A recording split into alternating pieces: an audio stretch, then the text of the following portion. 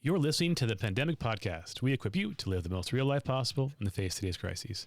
My name is Matt Bodker. I'm joined with, only one of my good friends of the two, Dr. Stephen Kissel, an epidemiologist at Harvard School of Public Health. How's it going up in Boston, buddy? Hey, it's going all right, Matt. It's like 60 degrees today finally, and it's just absolutely glorious. Man, I wish I could give you my show you my webcam, because now it's snowing again and we're under a snowstorm watch, and thankfully Again, it's up to a geez. foot, but Wow. but only about 2 or 3 inches here. So far Okay. it's so good. But oh man, like I said, Facebook just completed that one. That was a straw that broke the camel's back. Once it told me that it's going to be an early spring, and it's not. No more. Yep. Can't trust Facebook. Yeah. So, but I'm so happy it's 60 for you, man. That's great. So hearing the birds chirping, seeing some greenery at all, starting to perk up or not? Well, Yet? it's not. It's so weird. My phone brought up some pictures of this time last year. You know how it does that once Yeah. in a while and Mhm. just like pops up. And it was amazing because I had taken pictures of these bushes that were like in full bloom, like these Yeah. incredibly colored flowers, and everything is still dead here. It's like Yeah. the spring here must be a lot later than it was last year too, Yeah. Yep. because there's no green yet, but Yep.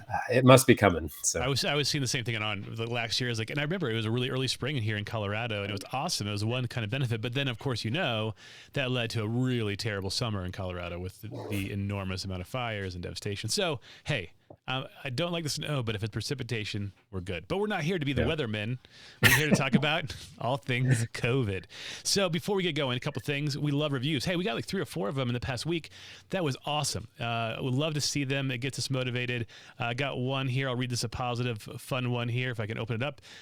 Oops, wrong one. We'll go back here and we'll do this one. Well-rounded and good. Oh, it's not showing up. I'll read the small print. It says, well-rounded and good insight. I love these guys. Started listening from the beginning. It was been the longest, shortest year. I always look forward to everyone. That's kind of what it feels like, everyone's perspective. Thank you for all the time you put into the show. I'm glad you guys ponder the same questions I have been thinking about, such as vaccines for kids. If vaccines protect against severe disease and kids already are very low risk, is it better to let them get exposed and let the disease become endemic over time? So she put in the question in the context of this.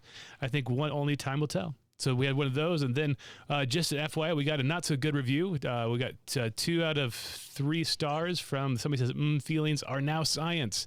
So just wanted not a good review, and I want to bring this elevate just to clear up anything. It was basically a pretty bad review over about us talking about masks and talking about how the complexity of all and the issues of that masks also help helping other people feel safe as well.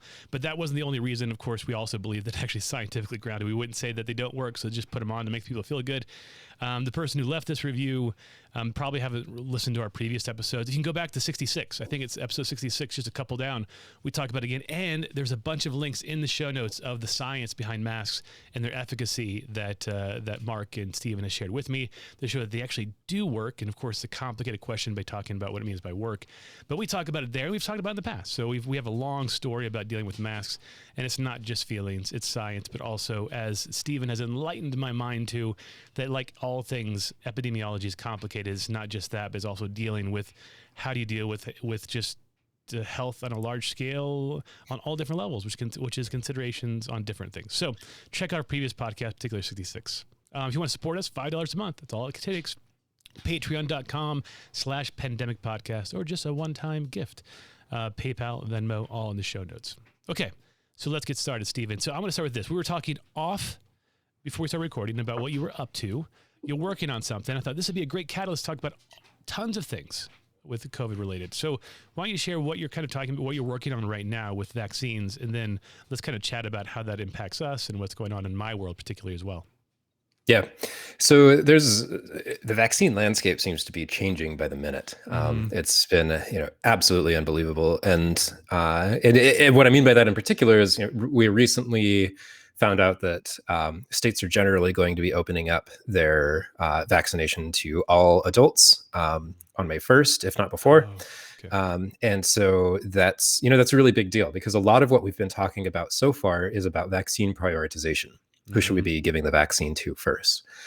But with the eligibility of vaccination opening up much more generally, then the conversation starts to shift a little bit, because now it's not so much about prioritization, who gets it before or to the exclusion of others, and rather how do we strive for making sure that the entire population is can.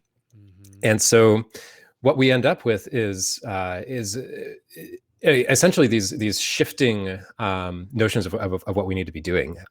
So a lot of the research, of course, has suggested that and indicates very clearly that as you get older, your risk of severe illness and death from COVID really increases quickly. And so that's what has been behind most of the states that I think every state in the US so far has adopted some sort of age-based guidelines where they're trying to vaccinate by age, older people first. Based off of modeling that we were involved in, that other groups were involved in, that really seems to be a pretty sensible thing to do. But it's not the only thing to do. Of course, people who are older are not the only people who are at high risk of severe disease and illness. And that risk also tracks by other demographic groups, by occupations. So people who are working front-facing, very public-facing jobs are also at increased risk of acquiring disease. Many of those people also come from communities where they have lower access to healthcare, where rates of comorbidities are higher. And that can also translate into higher risks of severe disease and illness for those very same people as well. So oftentimes we lump those people into essential workers. It's not exclusively that, and I think that term can be problematic on different levels as well. But that's sort of the term that we've adopted to speak about some of these populations. And some modeling also indicates that vaccinating the elderly alongside essential workers can also be a really important way to reduce cases overall and to reduce overall morbidity and mortality from COVID-19. So that's fine and good. But now, there's some of the things that I've been hearing is that well, all of that is now kind of moot as we transition into, now everybody's going to be eligible, right? Anybody can get the vaccine, and so that's great. It's all of this like careful prioritization and trying to figure out who needs to get the vaccine first out the window. Everybody's going to get it. It's going to be great. Which is on the one hand great. Like I think that opening up vaccine eligibility is an indication that we have enough vaccines for people to get them who want them, which is great. We need to be getting as many people vaccinated as we can to really help get control of the pandemic. But the very same groups that we really need to be vaccinating and that we've been prioritizing for vaccination also tend to have the highest barriers to vaccination as well. That includes the elderly. Like many rates of technology difficulty and difficulty of just like transportation. Oftentimes older people aren't familiar with computers and can't like access things on the internet. And so if they don't have somebody who's younger and technologically savvy to help them, how are they going to get their vaccine appointment? There are ways, but we need to be really proactive about that. It's not just enough to make a web page, say sign up here, and to assume that everybody's going to be able to get vaccinated. Same is true for essential workers. Many of them are working hours that are at odds with the opening of the vaccine clinics. So we need to make sure that we have vaccine clinics that are open, that we're giving people paid time off to get the vaccine, that we're providing childcare for people who don't have it when they're getting the vaccine, when they're recovering from the symptoms that the vaccine induces, right? Like all of these things are things that we need to think about and that affect people who need the vaccine most to a disproportionate degree. And so that's part of what we've been thinking about with this vaccine allocation group is just recognizing that if we really do want equitable vaccine distribution, if we want basically the entire population to be vaccinated at similar rates, there's some populations who are going to need extra support and extra help. And we're trying to figure out how to provide that. That's great. And this is a great example. I mean, for those of you who have been listening for a while, you guys have known I've mentioned my mother-in-law over and over and over, and haven't talked to my own parents because my parents are younger and they're further away, and they were able to get vaccinated quite easily on their own in Missouri. Well, great news is my mother-in-law just got her first vaccine on Friday. So it's a huge milestone for us and our family. But I couldn't believe how much work it took us to get her. I mean, we were working on this for 2 to 3 weeks. We actually, for us, it was about 2 weeks. We had to step in because I think she was just roadblock after roadblock. She was confused. She was trying to call her primary care physician to get it there. And then they weren't responding right away. And so then somebody said, well, we'll just call you and let you know when you're ready. But then there's like no phone calls. Like, this is just odd. And thankfully we got in through a grocery store who some lady who was just really caring. I mean, literally, it was nothing about the system. It was the exception to the system that got us in, because the lady felt bad for us and said, hold on, wait. And then like a minute later, if you come in the next 15 minutes, I got you one. Like that was the only way we're going to get it. So not through and so I was like, gosh, I can only imagine. And that's with my wife and me, most of my wife, like 99% of it, trying to work on navigating the system to get her the vaccine. And it was just because of a gracious woman at a grocery store that got us slotted in. So I can imagine how this is felt. And I saw this as well. I don't know if you can speak into this, but I saw this article that vaccine hesitancy may not be why people of color are getting COVID shots at a lower rate. And I'm guessing this is a similar reality. It kind of went through, they don't have the answer, but they're like, when you look at vaccine hesitancy, it's really no different from non-color color when you look at basically the rate. So it can't be necessarily that. But they're like, I think it's really just accessibility. It's where it's located at the right time. And as we were saying, it's probably just not the lowest hanging fruit. And so it becomes something you just postpone. And it's not the right thing that we need to do. We need to give a little extra love to those people in those areas where we just need to get it to make it lower and more accessible. So yeah, absolutely. Totally. And, even to the extent that, vaccine hesitancy exists amongst all different demographic groups and populations and these kinds of things. And I think that an important thing there too is that,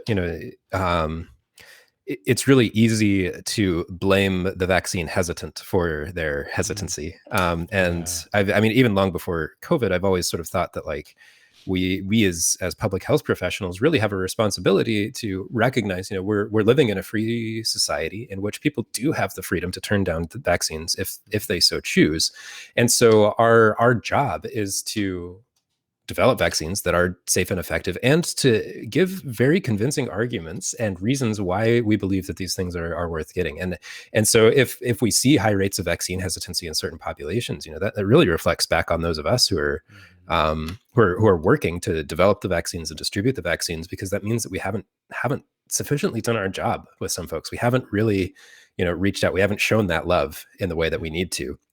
And that's really what I think that it points to. So I just wanted to definitely put in that point, because there can be a lot of sort of like blaming of the people who are not, getting the vaccines. And, that's understandable, in a way. Like if it's easy to demonize people we don't agree with, these kinds of things. But I think especially as those of us who are deeply committed to public health, just recognizing that it's an element of truthful and honest sharing what we believe to be true, and hoping that others will find those arguments valid. That's great, Steve. And it kind of goes to the whole idea of like, look, I think honestly, we're called to follow our conscience. I mean, our conscience is one of the things that need to be elevated, and we need to follow it. And as I guess I can speak personally, my conscience can suck at times. And so it needs to be formed. And who do we look to have a formed conscience? And that is qualified people. And it's hard, especially when you have all like a chaotic cacophony of voices talking about differences, and you're trying to form your conscience. You're like, what should I do? And there's no linear approach to this, and it's all over. Who do you look to? Again, the same thing. It's complicated. So just thankful for like Stephen and all the epidemiologists around the country who are on a united front to help, just not to shame, but just to educate and help bring to light what's the truth about the vaccine, what's the truth about the virus, and hopefully allow it to settle down all the other chaos around us, principally on social media. So, okay, speaking of craziness and chaos, this question came from Sarah. She's not crazy or chaotic. Her question is awesome. It was one of the questions that like, I didn't even know where to go with this. So thankful Stephen and Mark were here. Now, I know you're mentioning that Mark needs to weigh in on this as well, but I wanted to start the conversation. So frame this for us, Stephen, because this is a really interesting question. So I'm not even going to read it as a long email, but you can maybe get the idea of what she's trying to propose. She mentioned ADE, and I was asking you guys what that actually meant, and something about this idea of the vaccine could cause potentially more problems for us down the road. And is there evidence for this? And you guys were even saying that either Mark or you were talking about there is evidence that some other coronavirus may have had done something like this. I'm not sure. But can you set the stage for this question and help us understand what she's trying to unpack and how we can give an answer to her? Yeah, so at the center of this question is this idea of antibody-dependent enhancement, or ADE. And the idea behind that is that some viruses, I think it's mostly viruses that I'm aware of, it's relatively rare, but what they can do is you can be exposed and get an infection from a virus, and that first infection will just sort of proceed like a normal infection. But the issue is that then when you're exposed to a related but slightly different virus, a different virus strain, then the antibodies that your body has produced to protect you against that first infection, actually the virus has figured out a way to sort of hack those antibodies and to use those as a way to more efficiently infect your cells. And often it can cause a worse infection the second time around. So the canonical example that we usually think of when we think about antibody-dependent enhancement, where my mind immediately goes, is dengue fever, which is a mosquito-borne illness. And it usually causes you feel rough when you get it the first time, but the second time around it can be life-threatening. Not always, but it can really, usually it's the second exposure that causes a lot of issues. Now, this is really important too with the question about vaccination, because there was a dengue vaccine that was developed, and it was ultimately pulled because partly because of these issues of antibody-dependent enhancement. Because if you had been exposed to dengue and then vaccinated, the vaccine worked very well. But if you hadn't yet been exposed to dengue, got the vaccine, and then were exposed later, the vaccine basically acted like that first infection and could actually enhance symptoms the second time around.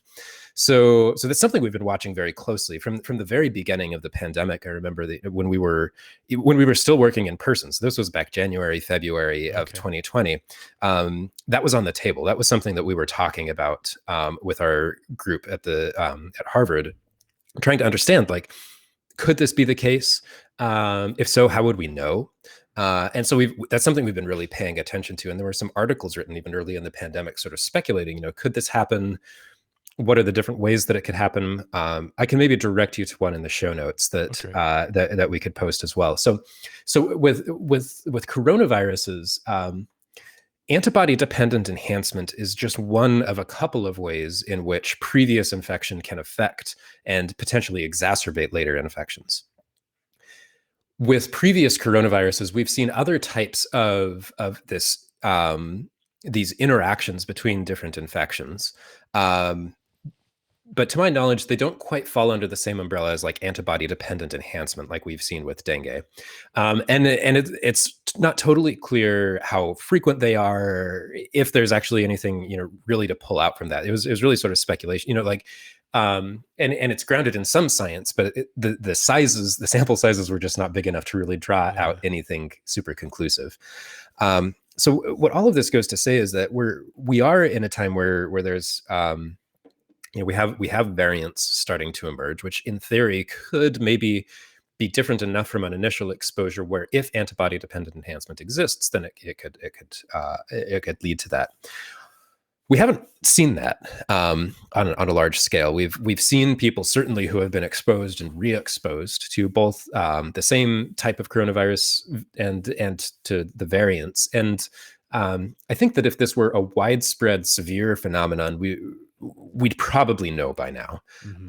That's not to say that it couldn't possibly happen, but it's not something that I'm sort of on the level of things that I'm concerned about with SARS-CoV-2. I think what I'm much more concerned about is a variant that becomes more infectious, evades immunity, and is potentially more severe.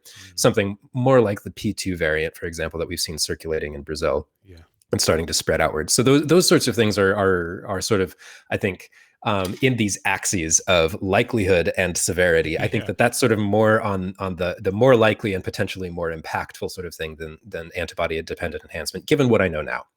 But it's a great question, and it's something that we have been and are continuing to pay attention to. So I don't know if I have anything more conclusive to say than that, but no. So then, okay, this may not be. This is outside of the maybe it's inside the conversation, but it's obviously. I'm just curious. So first of all, you mentioned about it can hack the system. Now we mentioned, like with Mark, you guys talking about how it doesn't really have a mind of its own. It doesn't really intentionally do anything. It doesn't really hack like with an intention. It just kind of, is this something like dengue that like was just literally just random that it happened, or is this something that's is it just it's just a random thing that is inherent to dengue, that particular strain of dengue or whatever it is, or so is it just a random thing, just a fluke that this happens this way? Yeah, basically. I mean, so speaking in terms of evolution, basically what you can imagine happening is that we start off at some point in history with a single dengue virus, and then it mutates and evolves, and those are just random, and but eventually it comes up with a couple of mutations that allow it to hitchhike on antibodies. And so what that allows it to do is then it spreads a little bit more easily, and that's the thing that pathogens are evolving to do, since it can affect your cells. If this variant were spreading in a place where a lot of dengue had already spread, most of these mutations are just going to die out because your immunity is going to protect you. But one of these lucky things is going to be able to come in. It's found a strategy now to infect your cells, even in a place where dengue has already spread. And because of that, that too is going to spread. And as it spreads, it rises in prevalence. And that is sort of what leads to its existence and its ability to spread in the population. So, right, it doesn't have a mind of its own. But the idea is again, always pathogens are the thing that they're selected to do in evolutionary terms. The thing that they're selected to do is to spread. It just like with any other organism, the thing they're selected to do is to reproduce.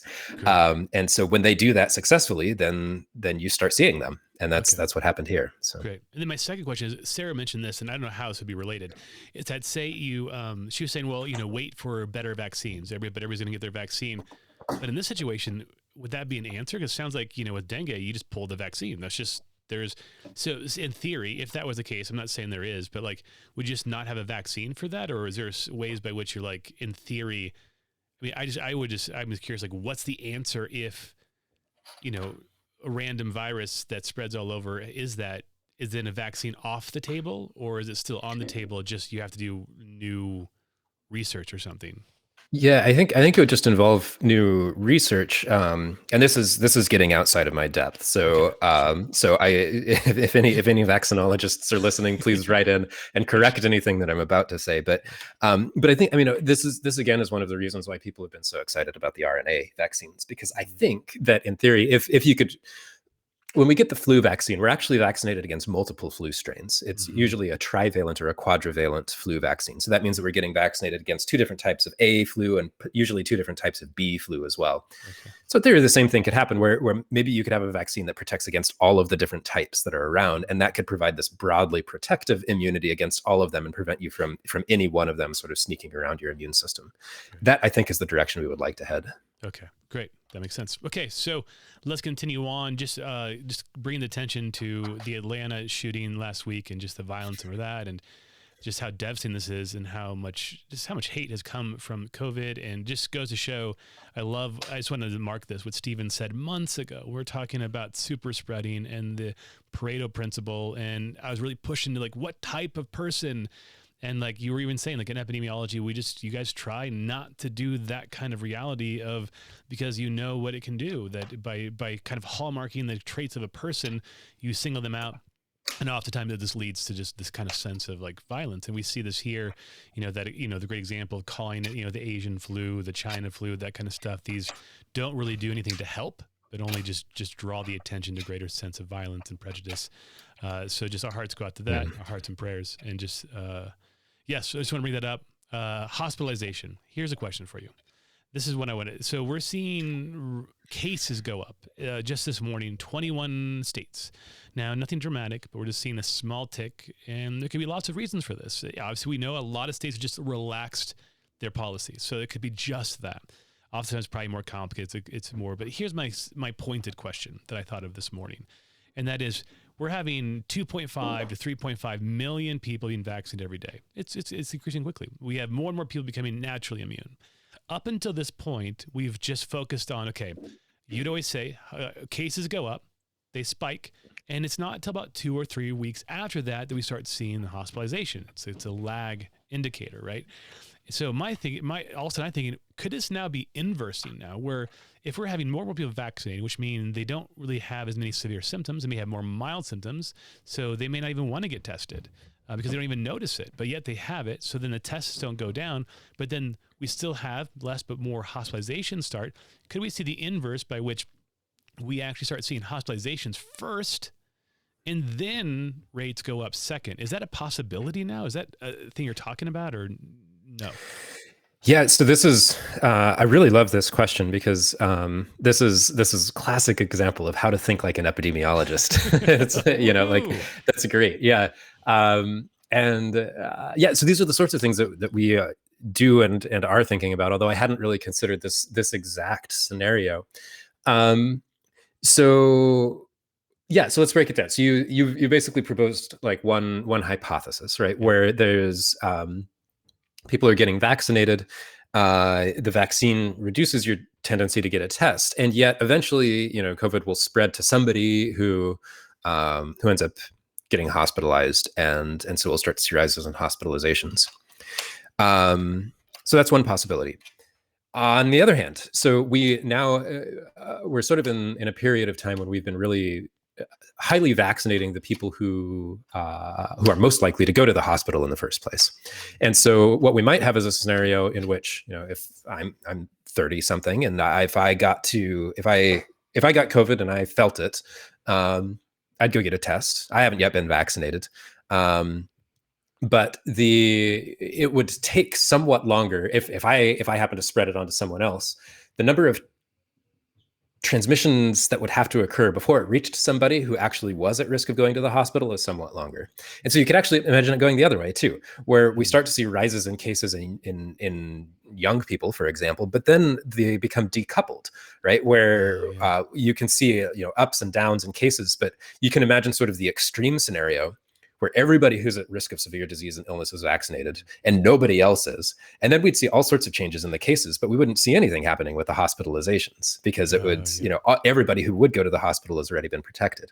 So this is another great example of that things are complex, and I have no idea. I have no idea. I have no idea what's going on here. So, but you're right. I think that you bring up an important point that the vaccines are going to affect this lag. Somehow they're going to do something, and I think this is where modeling. This is why we do what we do as mathematical epidemiologists, because this was something that one of my colleagues mentioned when we were doing the vaccination article, was that when common sense suggests two conflicting outcomes, that's when a model is really helpful, because it allows you to really rigorously think through all of the different possibilities and different magnitudes of how these things might affect when people get a test and when people go to the hospital. And it allows us to distinguish those things. When common sense is good enough, we don't need to write down a model. But when common sense tells us, two different things, that's when my job gets interesting. So, yeah. No, this is fascinating. Yeah. So I'm just interested. Yeah, thank you for sharing the complexity of this. And I'm curious to see what's going to happen. And I would imagine that when you start adding, just like anything, once you add more variables into the mix, models become more complex. In some sense, maybe even though that it was March and it was April when you got that big publication that you did and all those different scenarios, like 3 or 4 different scenarios of what it could be in the next summer and next fall. Maybe in some sense, even this is not right. I'm way over talking here. Could those models were not simpler, but now then they get more complicated because now you add another variable vaccine. Now you're like, okay, here's not 4 models, here's 17 different, really strong possibilities, and all are equal, right? So yeah, right. That's great. Well, okay, let's keep talking the vaccine. I want to quickly just go back to variants. It wasn't our notes, but is there any variants to be concerned about right now or anything on the horizon? I haven't been following that as much. I haven't seen much in the news, particularly to keep the same ones repeating. Is there any new news on the variants that we need to bring to the surface for this episode? Yeah, not a lot, other than the prevalence of certain variants, especially B117 and the related variants. Some of the variants that were detected first in California, like B1427, I think, and B1429, have been increasing in many states. I know that Massachusetts also just marked its first detected P2 case, which is the variant that we first detected in Brazil. We can go back to previous episodes, I think, to talk about some of the differences between those. But really, the key differences that we're thinking about is differences in how infectious and its ability to potentially get around the immune response to some degree. So I think for me, the variants that are more transmissible, usually the B-type variants, are the ones that seem to have taken hold really in a lot of places and are starting to make up a higher and higher proportion of cases, even if they haven't yet really been associated with surges of infection.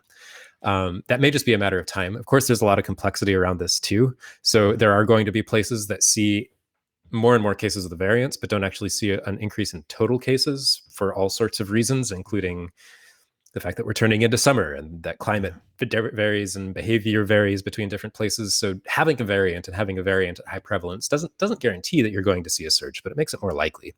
And I think that's what we're starting to see, where we've seen cases start to increase in Michigan, for example, really notably. It's a pretty clear increase in cases over the last couple of weeks. And so there's, again, it's all of these things and then some, but we are starting to see more and more circulation of variants, and it's something that we're trying to pay close attention to.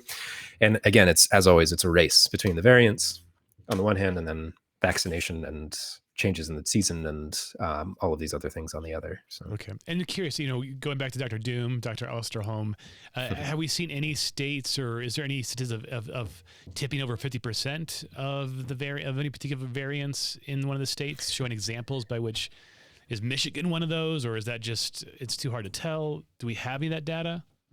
It's hard to know. So again, many states, there's a lot of variation in how much surveillance different states are doing for the variants as well. So I think in some of the bigger states where a lot of surveillance is happening, we have evidence. I think in California, certainly parts of California and parts of Florida, we have where the variants have tipped over to over 50%. Okay. Probably happening elsewhere, and we may not yet know as well. Okay, great. Well, continuing on, vaccine related, I saw this article. I know you said a number of these articles we're going to postpone for Mark, because there's some good ones from Mark, but we want to talk into this. I saw this article from Well and Good, the importance of sleep after getting the COVID vaccine. So this just kind of perked me up, because I have a tendency to have a lack of sleep for a number of reasons, and working on that. And just want to know, is this something that is true, and how is sleep? I'm assuming this is an immunological thing, because that's what a vaccine does. So have you seen anything like this and heard anything about this? Yeah, this doesn't surprise me. Sleep is an interesting thing. It's like this super mysterious thing from a medical and a psychological point of view. Like, we know a lot about sleep, but there's a lot that's like really mysterious about it too. But we do know that it's like so deeply integral to all aspects of our health. I know that, early on, I would love to be able to point to some scientific studies on this, and I think that they're out there. I just don't know what they are, but pointing to the importance of sleep when you have COVID infection, and that just getting sleep, and especially making sure that you take time for sleep and for rest if you're experiencing longer term symptoms of COVID, long-term fatigue, things like that, can be super important for recovering from that. The vaccine is different, right? It's not an active COVID infection. But sleep really does play a large role in our immune response, in our ability to mount a robust immune response. It's no accident that it's easier to get sick when you're really sleep deprived. It's your body just sort of needs that energy to regenerate the immune cells. You can imagine, like, your immune system is this remarkably dynamic thing, right? It's like constantly producing these new cells and always on the lookout for these new variants, right? Like, how exhausted you get when you're constantly looking out for something, when you're like waiting for something bad to happen, and you're just like waiting and waiting, right? Like, you're just sitting there, but it's exhausting, right? And your immune system is doing that, right? It's like constantly producing cells and always on the lookout, doing the surveillance around your body to try to detect these invaders. That takes a lot of energy. You just stated what it was like at the beginning of the pandemic. We were empathizing with our immune system by like constantly like looking around, never resting for the COVID particles so we wouldn't get infected, and not knowing where they were coming from, and just the fatigue. And I'm like, wow, what a microcosm of the reality of our body. Totally. Yeah. So I think that's basically it, is that sleep helps make sure that when we do get the vaccine, your body can mount a good, robust, solid immune response and give you the best chance of being protected. Great. So get your sleep. I'll keep working on it. I'm chugging away. Saul here, COVID vaccine trials for children are underway. That's good news. We've talked about it in the past, how complicated that must be, parents and their children, and just God bless those children who say yes to help this move forward for everybody else to be able to vaccinate their children if they want to. Vaccine, this is an interesting question. I know we got to cut this off here in about 5 minutes. Steven's got to go to another meeting. Vaccine death reports are not what they seem. This sparked this question for me, Steven. I don't know if you have the answer to this, but I'm like, yeah, that's absolutely right. But in my mind, I'm like, what's the term limit for like when someone, not to make light of this, but like when somebody dies and you qualify that as an open opportunity to study and see the connection? Because somebody gets vaccinated, there's hundreds of millions of people that are getting vaccinated. so you just like, oh, it's 3 years later, and count me in for a connection. Clearly, there's a cutoff. How does this work? Do you have any insight of how do you deal with the complexity of this? Oh boy, it is complex. So I don't think that there's like any hard and fast cutoff, but you're right that like implicitly there kind of has to be some. But there's a bit of complexity around that too. So clearly, it's this really gets into the depths of causal analysis, right? Which is a big area of both mathematical study and philosophical study. What can we do to attribute a cause to something? It's incredibly difficult. One of the things that is evidence of causality is when one thing follows another very predictably within a certain amount of time, right? Yeah. And so usually causal analysis, attributing a cause to something, is made easier when two things follow each other in a very close period of time. And it just gets harder and harder as time goes on because there are more intervening factors that can confound this conclusion of one thing causing another. So on the one hand, it's easiest, if somebody who got the vaccine and then we suddenly saw within a week or two, high rates of some outcome, you can be pretty sure that one is causing the other. That sort of decays over time. Now, it doesn't decay equally for all things. So if for example, we're vaccinating a ton of people right now, and if all of a sudden in 5 years we saw a bunch of people starting to break their arms, like a bunch of people were just having like freak accidents, breaking their arms, they were just like tripping over the sidewalk, but we